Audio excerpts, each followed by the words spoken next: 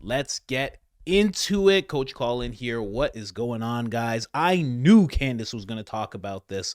I knew it, and I was going to talk about it first, but I just didn't have the energy last night. It was like 2:30 a.m. I was like, I'm going to be going to sleep at like 3:30. I just couldn't do it. But silver lining is now we have Candace and her take on this as well. I didn't have that before. What I'm talking about is this. When I saw this, I knew Candace was going to talk about this. Now, what she's talking about is Ben Shapiro straight up lying, and she actually says that. Thank you, Megyn Kelly, for clarifying that Ben quite literally lied to your face and to your audience about my words. Rarely in politics do we see someone lie so brazenly in an effort to morally blackmail someone into their position. And it's 100% true. Now, what we're going to be doing in this episode, we're going to be revisiting what Ben actually said, what Candace is talking about there. We're going to get into Candace's retort to this whole thing. And also, we're going to be playing what Megyn Kelly said, because Megyn Kelly at the time didn't realize. She's like, did Candace really say Erica was the one who was, in on, Charlie passing away? And Ben was like, yes. And that wasn't true at all. And after we touch on all of that, we're kind of going to talk about how a lot of people are discussing Ben falling off and how his influence is no longer what it once was. And I think that's 100% true. Let's jump into this first part and let's revisit, and then we'll get into the rest. That led to the blow up? I mean, yes. I mean, okay. I had not spoken a word. There so it wasn't that he attacked you, like, or you had something? No, I don't care about people attacking interview. me, and I don't think Tucker cares about people attacking him. I mean, like, again, we're professionals. We're in a business where people comment on what we say publicly. Again, this is why I think you and I differ on our angle with regard to, for example, Candace Owens. I think that what Candace Owens is doing right now is evil. It is evil what she is doing right now. Okay, and I say that again. But what? Because like I didn't opine on whether it's evil or not, but my position is it's really none of my business. And why is it? But I have a question. Why is it none of your business? I mean, you comment on these things for a living. I'm not mother of the internet. No, but if this were on the left and somebody were accusing Charlie Kirk of his wife having murdered him, I assume that you would be talking about it. Is that what Candace is accusing Erica of? Yes. Of murdering her own husband? She's accusing TPUSA insiders and other members of the right wing, including Seth Dillon, of being involved in the murder of Charlie Kirk, yes. Okay. Like I said, I don't take in that content, which is an honest statement. I don't have time to watch Candace's show. I believe you. But the point that I'm making is that what I understand friendship Candace should not, in our doing. business, I think it's important. Listen, Candace friendship and I are should not friends. trump. We don't even know each other. I understand, but even with Tucker, friendship should not trump our manifest requirement to speak out when people do and say things that are both detrimental to conservatism and morally wrong. Okay.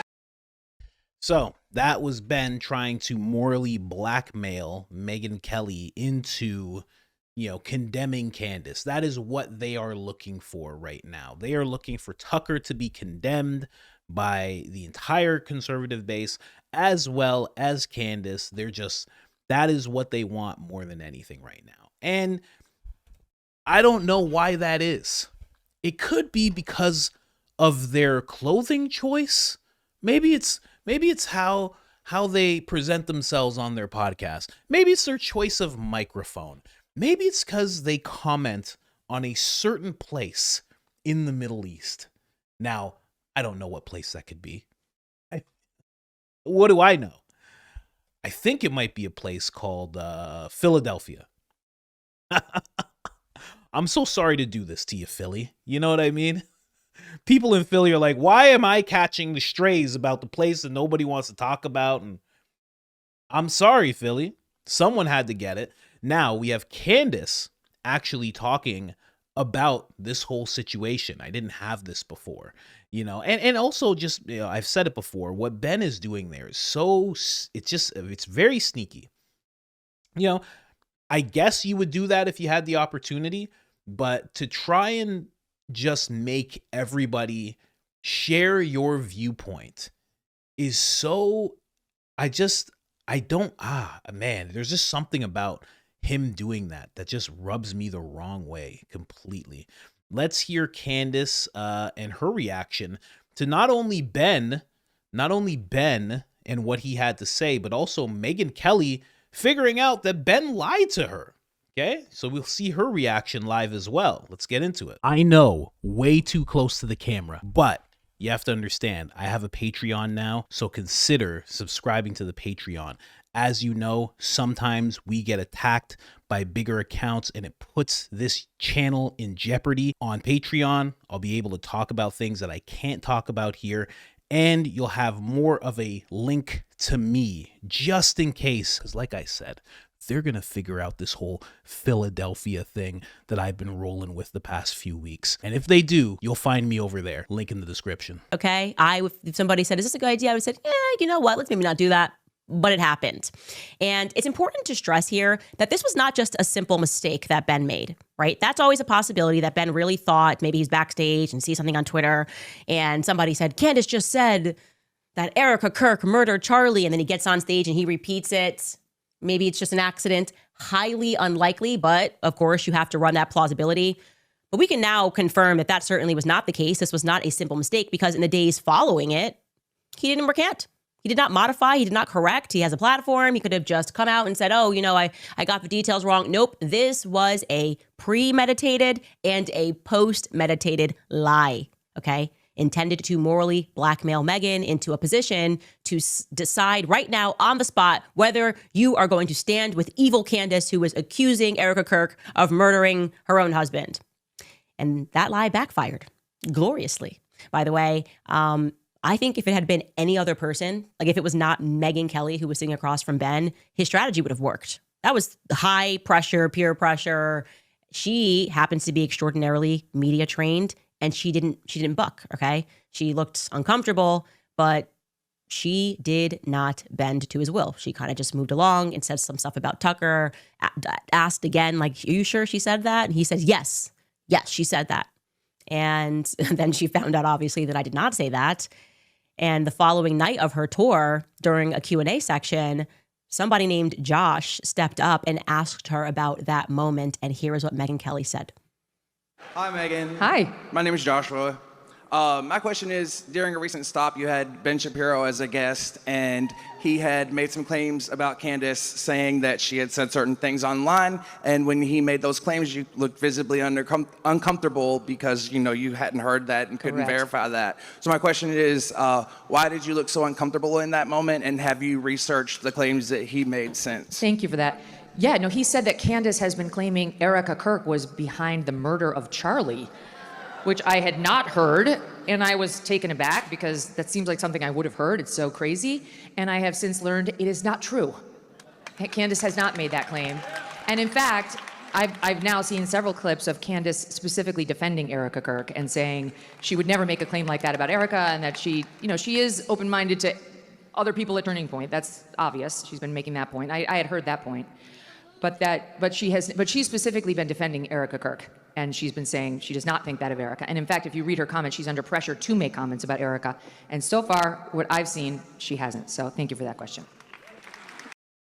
So she's been catching flack. I know, I actually have had people, when I don't talk smack about Erica, I've actually felt the exact same thing. One person was like, "You're Team Erica, I'm unfollowing." And I'm like, oh, okay, all right, whatever. Like, what do you want me to do? You know, guys, you're not going to agree with everything I say. I mean, you don't agree with everything your parents say or your family. You can't expect you're going to agree with me on everything. That's not how this works. That's not how people work, you know? It would be weird if we did. If you agree with me more than you agree with every member of your family, that's a little odd. And your best friend, that's a little weird. You know what I mean? Because then why aren't we best friends? Why aren't you sitting on the couch that's over here and hanging out with me? What's going on? How come we're not besties? Anyway, just to say, you know, it's very interesting. Like, as you hear Megyn Kelly say this, and you hear a bunch of people who are disagreeing with, you know, when she says Candace Owens is accusing Erica of being involved in this whole thing that happened to Charlie. And a lot of people are like booing because they know that that's not true, right? And when you hear Ben Shapiro talk about it, you hear a bunch of people say, yes. And it shows that when you have people who are just there naturally, they have this thing where they know the truth, right? But when Ben was there, it was like there was this artificial audience of sorts, which there kind of is. There kind of is. It's people who want to see him, which is why they're at that location, that tour stop. But it's also a little bit artificially done that way. So I just found that very interesting, and Megyn Kelly figuring out that Ben was lying very easily and actually admitting it is amazing. And honestly, I said it on Patreon. If you're not part of the Patreon, get over there. We're having real fun out over there. But I said right away, when I heard Megyn Kelly say a bunch of stuff, because there's more stuff that she said recently, I was like, she's getting canceled. She didn't disavow Candace. She won't disavow Tucker. She's one of the first people who said Charlie's opinions on Philadelphia were changing. I'm like, she's getting canceled. It's happening. And now they're going after her as well. It's so ridiculous. And it's so transparent what's going on. Like, at least with Tucker, they're able to wrap it up into something else. Like, oh, well, he talked to this kid, Nick, and that kid, Nick's a problem. And this is, they were able to wrap up their agenda in something else. But now with Megyn, it's like, what are you doing with Megyn? What's the problem with her? At least Candace, people try to cling to the fact that she's crazy. They just say, oh, she's so crazy, At least that's something. But with Megyn, it's just like, she's like just a regular lady who, what are you trying to do here? Oh, it's just, I'm so disappointed in her. I'll show you guys some of the stuff afterwards. Let's get into the rest of what Candace had to say. And I'll tell you right now, Megyn was not done. And I will say this, even if I remove myself from a situation, it is actually the most disrespectful thing that you can do to someone that you purport to be friends with or friendly with. I can't even imagine that. Like, hey, will you join me on stage? I really like you and I'm on tour and I'd love to have you on stage for a discussion. And then this person starts coming after me and questioning my moral compass. Really process that. That's just not cool beyond anything else. So I was pretty dumbfounded when Dave Rubin weighed in on the matter and he called what Ben did, effectively trying to humiliate Megyn on her own stage. He referred to it as almost an act of bravery. Take a listen to what Dave Rubin says.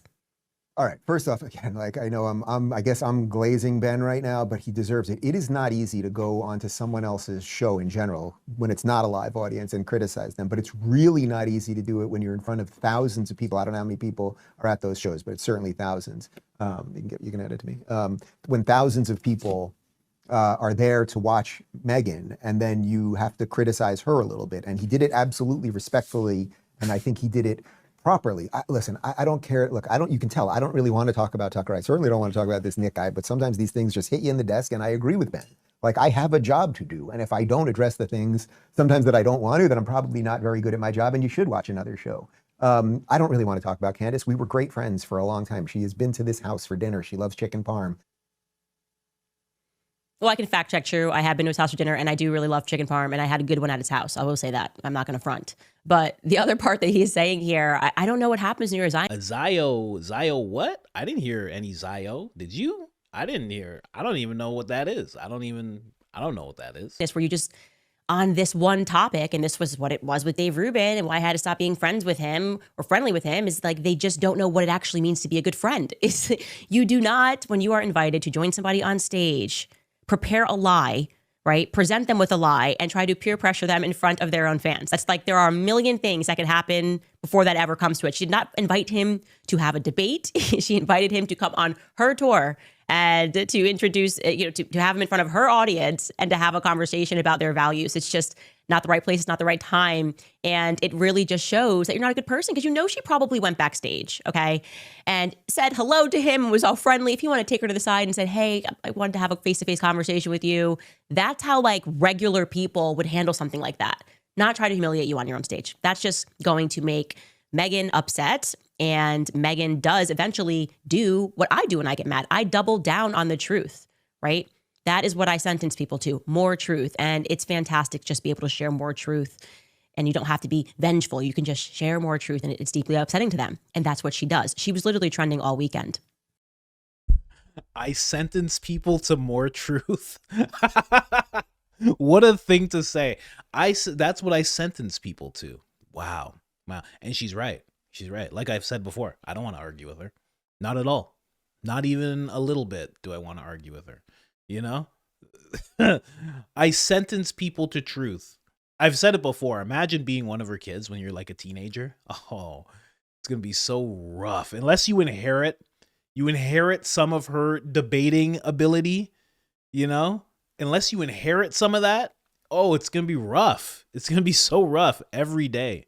Every day you're going to have to eat all your vegetables, you're doing all your homework. You're going to be doing a lot of stuff. Look, that's the look she's going to give you. You're one of her teenage sons. She's looking at you like this. Anytime you try and argue with her, is this really what you want to do? She's going to breathe fire on you. This video that she shared was incredibly interesting because you will recall that after Charlie died, there was basically just me, Tucker, and Megyn that were trying to say, hey, something like was going on, and he was feeling a lot of peer pressure in the weeks leading up to his death. And Zio Philadelphiast were claiming that's all a lie, and Tucker was like, no. Charlie asked me explicitly in July to go on stage and to go after Israel. Philadelphia. But you know what Philadelphia means. It really means trying to drag us into the Iran war. And I was talking to him about Jeffrey Epstein, and I was saying to Charlie, I won't do it. And Charlie wanted me to do it, right? Now, I'm not going past this part because this is a lot of overlap for people who watch every episode. I just covered what she's talking about. She's talking about the clip with Megyn Kelly and how Charlie actually says, go Max to Tucker. This is the episode where I was talking about how Charlie was a maestro. And I think these efforts that she's talking about now are exactly why people came after. Who is this? Cynthia Smith. You just signed up to the $5 tier. Cynthia, thank you so much. I get the notifications. I'm gonna message her after this. Check it out. We're having fun over there. I know I am. I'm saying whatever I want over there. I like it. But I think that's exactly why they got him. I've explained it before in this episode. I explained it in the after show that's on Patreon. I just think he got too powerful. He got way too powerful. And he was able to tap someone like Tucker and say, hey, you know that thing that you know a little bit about? I want to talk about that, but I can't. I need you to go on stage at my event and go hard. Go hard, please. He could tap everyone from Tucker, Candace, even Officer Tatum. Hey, go. Hey, you, go. That's power. That's power. And that is somebody who could easily control the entire conservative movement. Tucker was a huge face. Ben was a huge face in the conservative movement. Charlie had the power to move that conservative movement where he saw fit. And that's too much power for one guy, especially when there were signs that he was going to be moving it in a way that went against the Philadelphian agenda. You know what I mean? So let's move on because I just don't want that overlap. I know you guys could listen to Candace talk all day. Somebody said here, Ben Shapiro's era of online dominance is officially over. His career is basically dead. The only path forward he has at this point is securing a gig on Fox where he really belongs. Oh, they're saying that about Fox. Like Fox is terrible. Come on. Don't be that way about Fox. And, you know, I 100% understand what they're saying. I do think the era of dominance is over. He is not holding the same numbers. He is not holding the same retention. He is not moving the needle when he speaks like Candace, like Tucker, and like Nick. He's not moving the needle when he talks about things like they are. And he's kind of just confined to this Daily Wire. They're handing out lifetime memberships. I mean, at this point, someone like Asmund Gold, if you don't know who Asmund is, go look him up. He's hilarious. Someone like Asmund Gold has more pull in the movement than Ben does. It's just getting to that point. Matt Walsh, I think, moves the needle more than Ben does a lot of the time. So, I mean, I think it's over. And honestly, when you have this one agenda that you are wrapping in something that is hardcore freedom of speech, American values, but in reality on the inside, it's really this loyalty to another place that can only go on for so long. It's a lot like Joe Rogan. Joe Rogan says all the time when it comes to interviews, he says, you can't hide who you are when we get into hour 3. He goes, you can BS somebody for 30 minutes, for an hour, hour and a half, maybe even 2 hours. He's like, but once you get into that 3rd hour, who you really are is going to come out. And I'm going to figure out who that is. And I think Ben is in his 3rd hour right now. That's what we're seeing. We're seeing all the stuff he was talking about, everything. It's just, it was only towards one goal. And, as I show you some stuff, I mean, I'm not going to say he never had Americans in mind. I'm not going to say that. I'm not going to say that. Is that another person? No. Okay. Every time one pops up, I'm going to let you know. I got to. Somebody else said here, Ben is crashing and burning. Burning right now. People are unsubscribing from his social media. He tried hijacking Turning Point USA, but we stopped him. It's just, again, a lot of people are seeing it.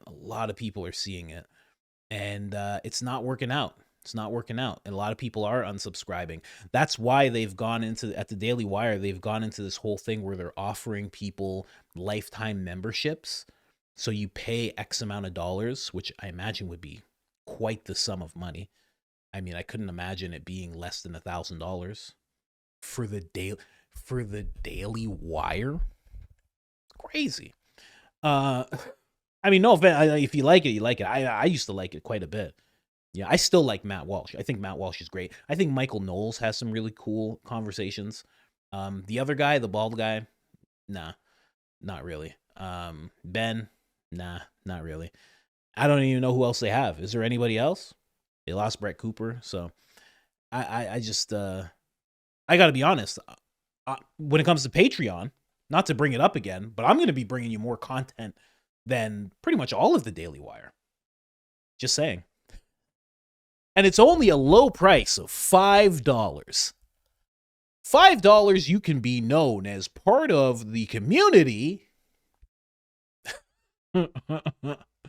Another person here said Megyn Kelly has famously, and these are people who do not like Megyn. This is where it starts. It starts with tweets and more, and then literally people are going to be like, she's a terrible person.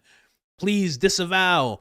Megyn Kelly, who has famously said she doesn't watch Candace Owens, isn't familiar with what she's been saying. I already found that hard to believe. Megyn monitors Twitter, and the clips are everywhere. Now, that's not true. Megyn for sure has somebody doing that, for sure. But more than that, anyone watching knows that Candace spends her episodes intimidating exactly who she's referring to while holding a short of saying a name explicitly, so she has plausible deniability. Now, this is just people who actually believe that Candace is implicating Erica in this whole thing. Now, I can break this down for people really well. I've been following this very, very closely. It's another person here. It's a disappointment. It's disappointment upon disappointment with Megyn Kelly lately. Why? What has she done that's disappointing? Unless you're really invested in Philadelphia, she hasn't been that disappointing.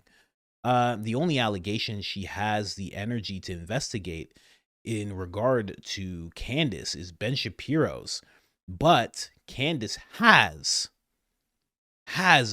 implicated Erica. She accuses Turning Point of a cover-up. Erica is the CEO. See, now this is a perfect example. I wasn't even going to say this in my breakdown, but this is what they keep on doing.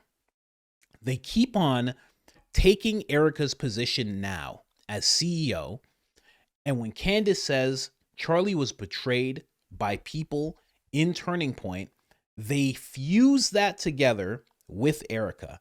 But when Charlie, from, we all know the timeline. So from July 1st up until September 10th, when Charlie passed away, Erica was not an employee. When all those searches were happening, when all that mishandling was happening, when all that just walking away as you hear a shot was happening, Erica was not an employee. So when she says he was betrayed by people closest to him, she's not talking about his wife. She's talking about the people who he worked with, you know?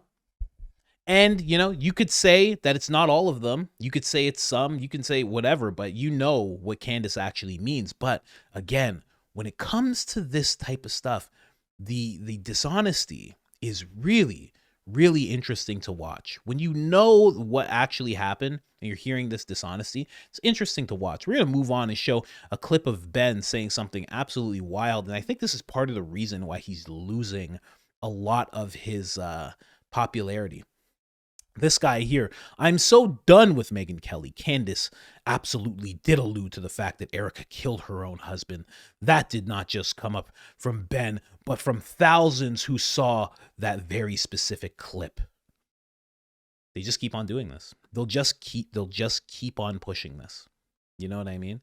Whether you want to say it's a $7,000 club, whether you want to say it's people, whoever you want to say it is, there is a concerted effort to do stuff like this. And now that Megyn Kelly has done something that is in defense of Candace and in defense of Tucker, now she becomes the target as well.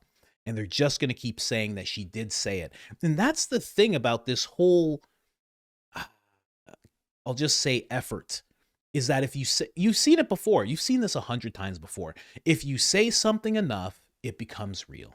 If you say something enough, it becomes true. That's the mindset when these people go into this and start pushing these things. We've seen this 100 times from 2020 all the way to 2025. We've seen this so many times where they just keep repeating something and it's supposed to just become true. And it's not. This is one of those things that's just not true. And Megyn Kelly does not deserve this this push that's happening. Yeah, somebody right here says Ben's policy views are unpopular across the board. Dumping him would be an electoral boom. There is no need for Ben Shapiro. I don't know who would be electoral for, but yeah, it would. I understand why people aren't liking him. This is the first time I saw, like today, it's the first time I saw this clip. Check it out. If you're a young person and you can't afford to live here, then maybe you should not live here. I mean, that is a real thing. Yeah, I know that we've now grown up in a society that says that you deserve to live where you grew up, but the reality is that the history of America is almost literally the opposite of that. The history of America is you go to a place where there is opportunity. And if the opportunities are limited here and they're not changing, then you really should try to think about other places where you have better opportunities. It's just crazy. Like it's such a wildly, like this is Bill Maher level out of touchness. Not even Bill Maher would say something like that. Like, oh, maybe you should go if you can't. I don't know. Maybe you just need to leave. I don't know. Maybe you should just work online and then go to India, and maybe the American doll, you'll get paid in American. You'll be in India. It'll transfer into more money. Maybe you should just do that. What is he talking about? Same guy who's like, retirement is a dumb idea. There should be nobody retiring. It's wild, the ideas that he has. And he doesn't see that these are not popular ideas. I even saw another video that I'm not going to play, but it was another guy, younger guy, and he was calling Ben, like he was saying things about Ben. He was saying Ben's scared. He was saying Mark Levin is scared. He was like, why don't you challenge Nick? He goes, this is ridiculous. He goes, us younger people are actually like on the forefront of this, and we're actually trying to challenge these people, and you're sitting back and allowing him to do whatever he wants and blah, blah, blah. And they're like, we can't believe that you're doing this. And I was like, wow. I'm like, I wonder if that's going to be a trend. Like, are people going to start calling out Ben left and right for not sitting down with this guy? Because honestly, that's what was happening to Charlie. Close to the time that he passed away, at least months before, he would always get a question about Nick. What's going on with Nick? You going to sit and talk with Nick? He kept getting that question. And I think Charlie was getting to a point, because I think Charlie could have handled business. I think Nick's a great talent, but I think Charlie could have handled business with Nick. And the fact that he wasn't doing it, I think it was one of those donor things, because I think Charlie could have handled that effortlessly. I mean, he sat in front of a governor of California and just handled it effortlessly. I think it would have been no problem. Ben, on the other hand, I don't think Ben will be able to do it. I got to be honest. I don't think he'll be able to handle it. There's a lot of people, and this person's just talking about Ben is struggling to break 50K in views on a 7 million sub account. The only videos that are getting views are the live stream podcasts, which are inflated live views. You can defend the dislike ratio, but people have stopped watching. And then he says something else at the bottom that I can't make it out. What's he saying? Something about Philadelphia? I don't know. I don't know. Could you read it? I'm gonna read it. I don't know. I don't know, man. But it's true. It's true. Like people are checking out with him. And some people won't. There will be people who are die hard for him, and that's good. Because everybody should have their creator that they love to watch and continue watching them. I don't care what anybody says about Rogan. Somebody called Rogan the Facebook of podcasting. And I was like, that is a damn good insult. But I don't care. I'll never stop listening to Rogan. I love Rogan stuff. I love listening to interviews. It's great. It's fantastic. So, everybody has their person that they're just like, okay, I'm locked in with this guy. For some of you, it's me. And that is mind-boggling to me. Mind-boggling. It's crazy. It's crazy to me. But I love you for it. Thank you so much. You have no idea. Anyways, guys, that is my TED Talk. I'm out of here.